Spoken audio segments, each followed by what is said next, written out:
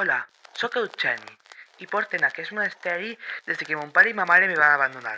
Però avui me vaig escapar.